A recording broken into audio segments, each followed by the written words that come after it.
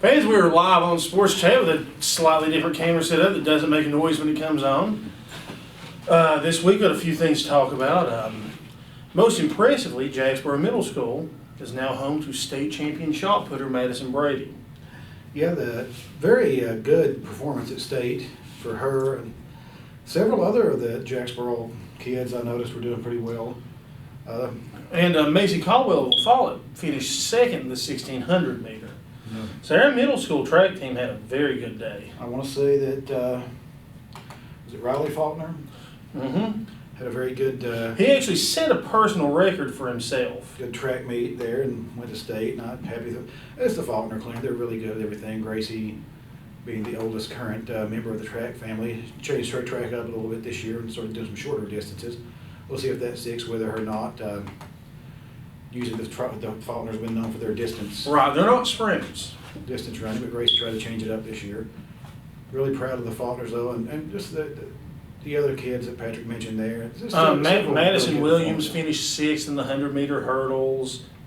There's a lot to be proud of right there. There was also a lot of really good performances out of the middle school golf teams. Right, both of them went to the state. Both teams actually had their banquets last night. One at McLeod Mountain, one at Deerfield. So, Well, it looks like Scott Fields had both of those covered. And right. No upset with him for not inviting us, but I'm pretty sure we could have shown up. we probably should have.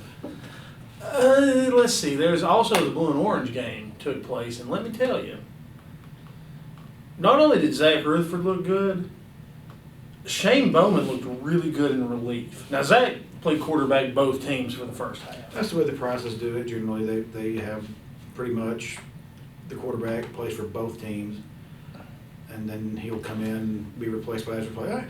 I feel like the quarterback's in good hands right now. Here's the best part about it. Landon Addington, going to be a sophomore, look like a pro running that offense. Yeah, Landon's had some really good experience in it, and JT worked with him as his quarterback's coach, and they've worked close with the Prices over the years. And he's a good baseball pitcher. That usually means you're a good quarterback too. It's just good times I think are ahead for Cougar football. And the great senior class dropped left, and everybody thought there'd be a major drop off. So far, so good. It looks like it's going to maintain itself pretty well, and now it just seems like you're turning out really good senior class after really good senior class, and there's really good, younger people in the pipeline. And that's all that's ever needed to happen for Campbell County football. Right. Is participation. And, there obviously no upcoming freshmen played. There's at least one that I feel like is going to make an impact in Javen McCullough. He'll have a shot. I mean, they stick those linemen out there, and if they can play, they'll play. Coach Parker, great defensive line coach. If he can play, possibly, and get out there and get it done, it may be for a few downs a game. But, sometimes that's what you need. That's big relief for a few downs a game, because Campbell County's pretty stacked with some pretty good Especially players with on the Peyton defensive Webb line. coming back to the football That's team. good to hear that Peyton's coming back onto the team. He'll play both ways, most likely start. He's never not started in his entire career. 6th grade, 7th grade, 8th grade. That's how impressive Peyton's always been. He started as a freshman at Campbell County, and if he goes to college, he'll probably start at college. It's just Yeah, he is. he's been that good throughout his career. It's good to see, and there's no, like I said, I think Campbell County has a good shot at 8-2 type season this year, 7-3, 8-2, maybe even 9-1 type season. Again, if they can stay healthy, the defense is going to be solid. Rutherford looks great so far. He really does. You never know when His ability to throw across his body on the move. Huge arm. I mean, his huge, strong arm. As strong as Ethan Jeffers' arm was, Zach may have him beat in that department. Well, I'm going to give a comparison because Ethan was one of the coaches. Mm-hmm. Ethan and Nick Bailey came back and coached. They had the quarterback competition. Zach threw it 49 yards. Ethan threw it 51 as a college quarterback going through a college weight program. Zach, it's just leverage and that huge big arm he's got. He can just, he can lean back and really let it fly.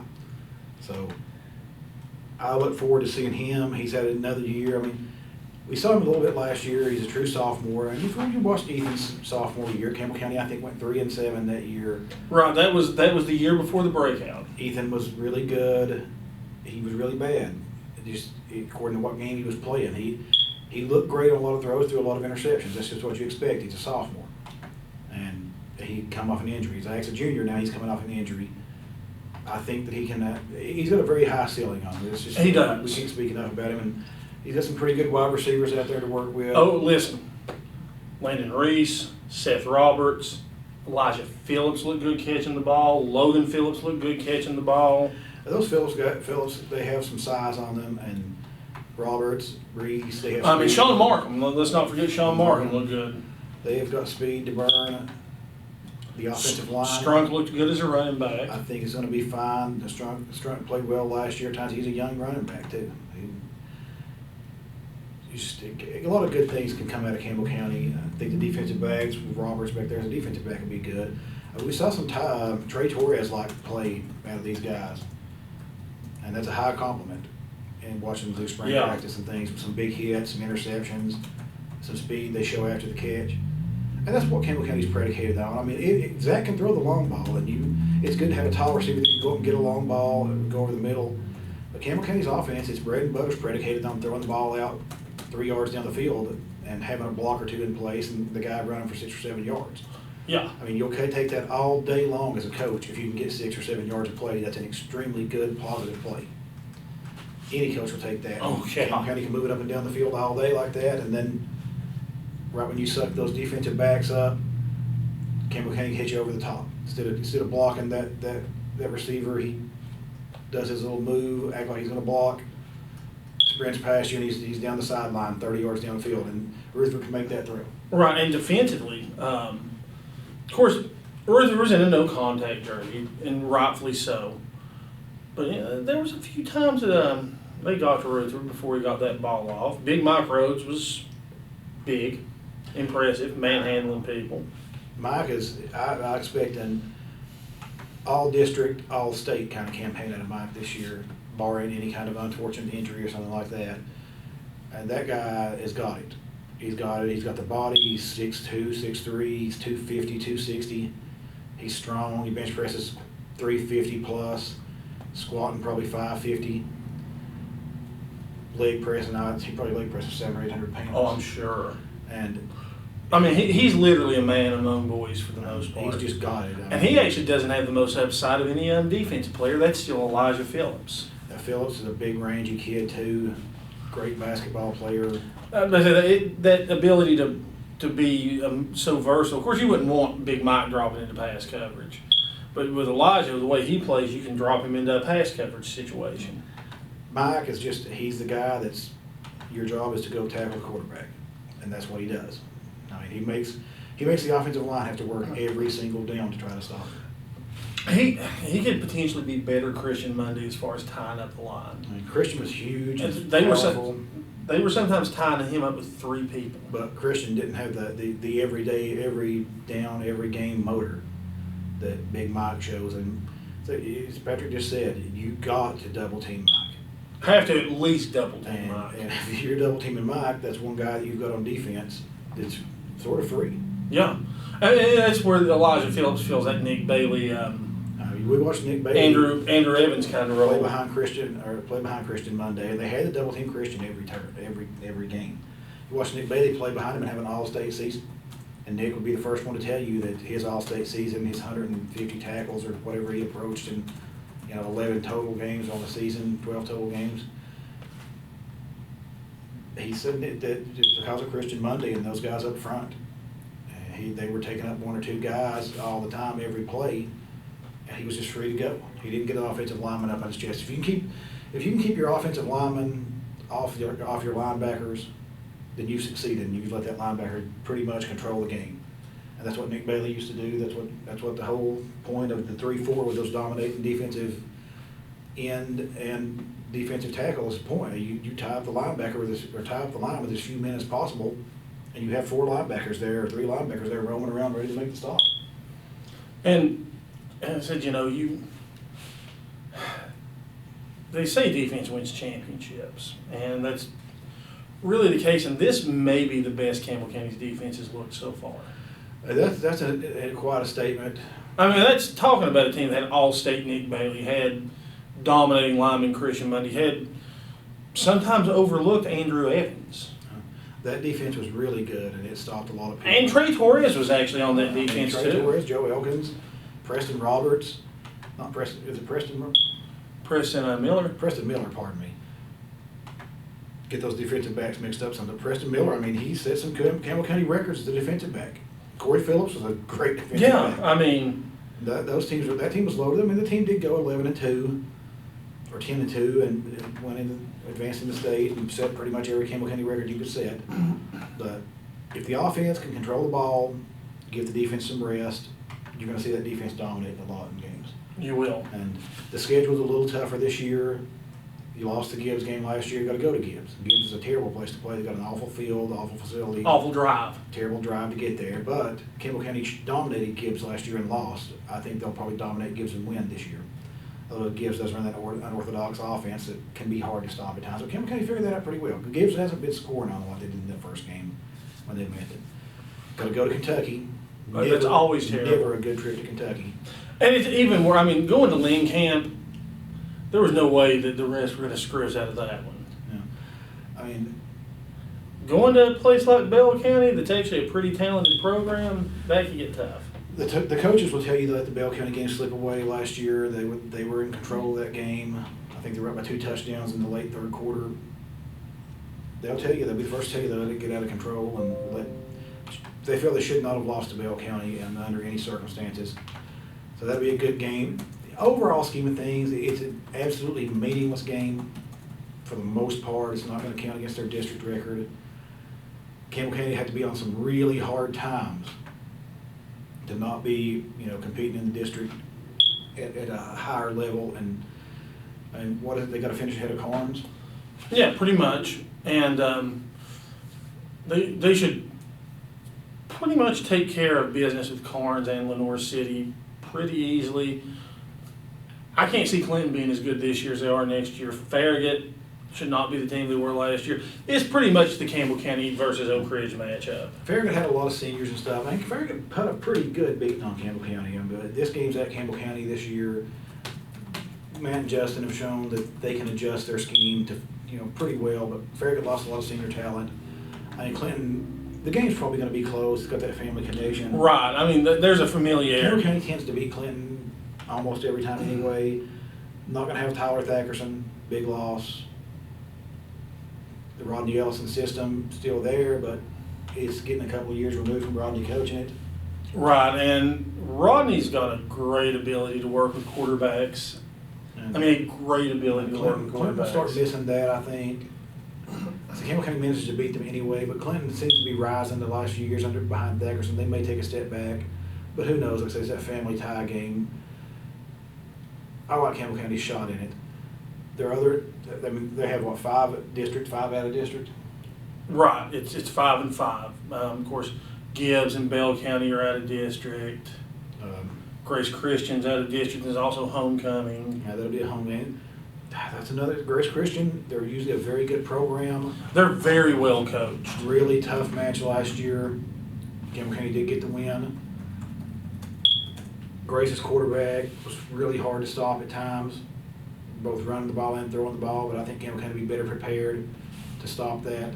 So I'm going to favor Campbell County in that one, especially at home. So I can see Campbell County. Central could be tough. Central was really good last year. I'm not sure what they lost, what they didn't. But, Central, Farragut, and Oak Ridge are probably the 3 toughest teams that Campbell County should face. They get Oak Ridge at home. They get Central at home. They Get Farragut at home. That was 3 road losses they had last year. So I got to figure they're going to win at least one of those, if not 2. Right. You win 1 or 2 of those, take care of business in your other games that you should, because you should beat Grace. You should beat Gibbs at Gibbs. Who knows what's going to happen in that Kentucky game? That just adds up to 7-3, 8-2 kind of season to me, and that's going to put you probably second place in the district, if not first. Right, and stepping away from football, state track meet still to come for the high school. Got some good athletes there. Yeah, it's usually the weekend of graduation. I'm surprised they didn't have it already, but Campbell County always represents well in track, and as we talked about the middle school track earlier, how well it does. it rolls uphill into the high school programs. Like, Mackenzie West has had a really good year. Lindsey King had a good year. Kristen Schaus had an excellent year as a freshman. Yeah, I mean, pretty hard to beat, did I say the track? It's not what it was, but because of some coaching changes. Used to get 10, 11 people, it seems like a lot of times to qualify for state out of Campbell County. But I like the coaches they have in place. Hopefully they'll stay in place, and that's been a big thing. I mean, obviously Schaus has a reason to be there with his son doing track, but forgetting about that, Schaus is one of the best, most consistent coaches in any sport Campbell County's ever had. So hopefully he sticks around. You would think he would. And Tim Zapanzik is just, he's a wizard when it comes to this sort of stuff. It needs stability. Tennis had a good year too. Hats off to tennis this year. I guess Josh Parker tries to take credit for it. I hear he does. Yeah, that's all I hear. Actually, for that matter, hats off to softball too. Softball had a better than ever. Maybe their best year ever. The boys soccer did really well this year. I mean, Lasley's a great coach. Has a lot of talent, most of which is coming back next year, except for Hawassee signee Colin Pittman is the big loss. So actually, it's good shape. We're heading into summer. Next week, we'll try to bring you some track results. Right, have some other stuff going on, like volleyball tryouts are this week. There's some camps going on. Then, that long doldrum of summer, 30, 40 days of laying around by the pool eating lots of grilled foods. Oh. And then summer football practice will start up. It's true. Schools, and then I think we're under 90 days away from football season starting for the high school. Getting close to 80 days for the season to start for the middle school. And that's all good to me. I love football. Can't wait for it to get here. Other thing happening right now, of course, the NBA playoffs, NHL playoffs. NHL playoffs going sort of according to script. The NHL playoffs often do. Look pretty good right now for advancing. NBA playoffs, Golden State. I spoke of it before. Golden State's small team, plays small ball. Oklahoma City is a big team that can play big ball. Oklahoma City's taking it to them. They blow them completely off the map Sunday. I mean, 133 to 105 or something like that. Draymond Green could be suspended because he's now hit Steven Adams in the groin in 2 consecutive games. But I hear that Dallas may sign him as a punter. Dallas needs him as a punter. But, hey, Oklahoma City's always had this talent. Billy Donovan, great coach. Didn't, he was at Florida, whatever. But won some national titles at Florida. He's a good coach. Got really good players. I mean, Durant and Westbrook are the 2 best players on the court. Say what you will about Steph Curry, he can shoot it. He's just not Durant. He's not as athletic as Westbrook said it. He said, "I'm not afraid of Steph Curry. I don't know what people are talking about." And everybody thought before the series started that was stupid for him to say. Westbrook's dominating Steph Curry right now. He is. I mean, he's lighting him up. Westbrook's averaging over 30 a game right now. Curry's averaging about 20. Durant is just an unstoppable equation for anything. He's averaging 35 a game or something along those lines. He just, he crushed him in the game Sunday and sat out a good portion of the fourth quarter. Still had 36 points, but he's good for 10 rebounds, 10 assists tonight too. 12 for 12 from the free throw line. He doesn't miss free throws. Golden State's got his hands full. Golden State will have to find some way. I mean, they usually, they're out-quick people, they out-athlete people, and shoot a lot of three-pointers. A lot of Oklahoma City's really athletic, really quick, and they're really tall too. And I watched Curry getting his three-pointers blocked by some of those tall guys. Durant was just blocking every shot right and left against them. And, they're in trouble. In the East, big surprise, everybody thought that Cleveland was just going to roll over Toronto. Toronto's not giving up yet. Toronto's tied at 2-2. Yeah. And nobody thought that would happen after they got blown out in the first 2 games. Kyle Lowry, great point guard, had him on a fantasy team. We're probably to the fantasy championships this year. Had 45 last night. 2-2 series. I mean, pretty exciting times if you like basketball. I actually really got into basketball this year because of fantasy. It's the last holdover of winter sports. Don't like baseball. We generally don't talk about baseball outside of the high school level. Major League Baseball's awful. Can't talk about 162 games of almost pointless stuff. Especially, the worst thing about baseball is it usually by mid to late July, the top 5 or 6 teams have pretty much ran away with it. And there's like every kind, like 6 pointless games a week. Oh, it's awful. It's not even just from this, it's from each team. At least in the NBA where people can run away with it, there's only half the number of games that there is in baseball. But And it's even a bad NBA game can be exciting. yeah, I mean, A good baseball game is rarely exciting. but yeah, there's a lot of baseball that's played that's absolutely meaningless for a large portion of the season. And baseball without its salary cap restrictions is always about who wants to spend the most money.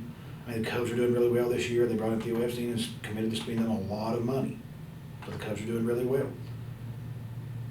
St. Louis usually spends a lot of money. They do really well. Boston spends a lot of money. They usually do pretty well. New York, it's just the teams that are willing to spend a lot of money usually do well. And it's the same half dozen or so teams most years. And, if you're ever a fan of a small market team, I used to be a fan of Cincinnati until they started tweeting positive things about the